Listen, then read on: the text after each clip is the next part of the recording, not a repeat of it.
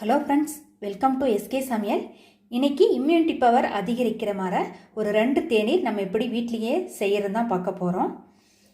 இதுவும் ரொம்பவே அதிகமான நோய் எதிர்ப்பு சக்தியை நம்ம உடம்புல அதிகமாக கொடுக்கக்கூடிய தேநீர்.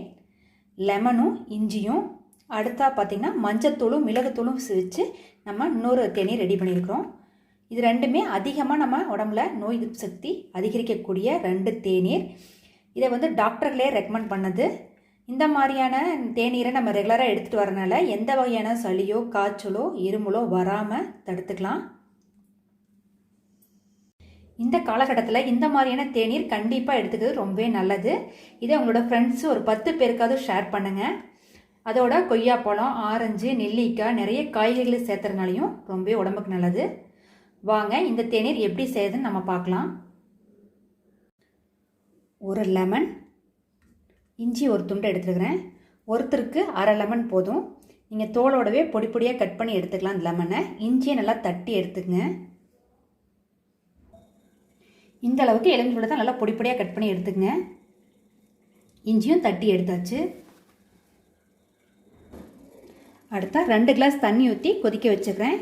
கொதிச்ச உடனே நீங்கள் இஞ்சியும் லெமனையும் உள்ள ஆட் பண்ணிக்கலாம். ஒரு 5 நிமிஷம் நல்லா கொதித்து அந்த எசன்ஸ்லாம் தண்ணியில் இறங்கணும். 2 கிளாஸ் ஊற்றிருக்கிறேன். 1 கிளாஸ் ஆகுதுன்னு நல்லா கொதிக்கட்டும். அப்போ தான் இந்த எசன்ஸ்லாம் இறங்கி நமக்கு ரெடி ஆகும். நல்லா கொதித்து நல்லா எசன்ஸ் எல்லாம் உள்ளே இறங்கிடுச்சு. இப்போ நம்ம அடுப்பை ஆஃப் பண்ணிடலாம். ஒரு 5 நிமிஷம் ஆட்டுன்னு நம்ம வடிச்சுக்கலாம்.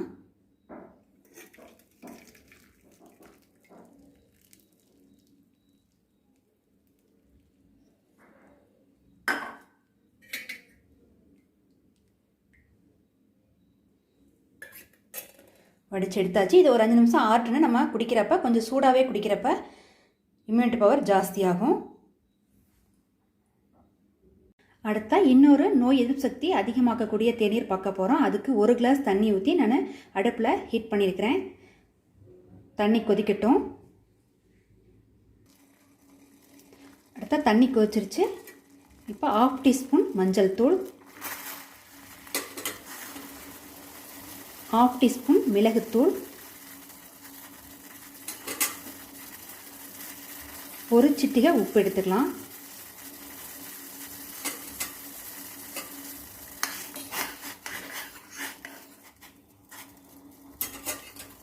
ஒரு நிமிஷம் கொதிச்சோன்னா நம்ம அடுப்பு ஆஃப் பண்ணிடலாம். இது ரொம்ப கொதிக்கணும்னு அவசியம் இல்லை. இப்போ அடுப்பு ஆஃப் பண்ணிடலாம். இதையும் நம்ம வடிச்சுக்கலாம்.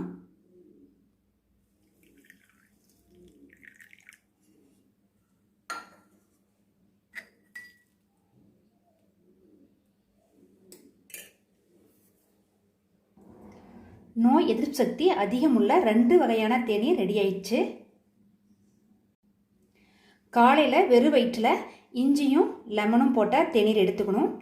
நைட்டு சாப்பிட்டு படுக்கிறப்ப இந்த மஞ்சத்தூளும் மிளகுத்தூளும் போட்ட தேநீரும் எடுத்துகிட்டு வந்தால் எந்த வகையான சளியோ காய்ச்சலோ இருமலோ நம்மளை தாக்காமல் நம்ம ஈஸியாக பாதுகாத்துக்கலாம்.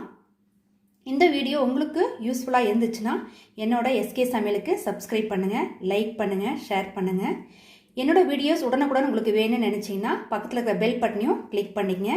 நான் போடுற ஒவ்வொரு வீடியோஸும் நோட்டிஃபிகேஷனாக உங்களுக்கு வந்து சேரும். தேங்க்யூ.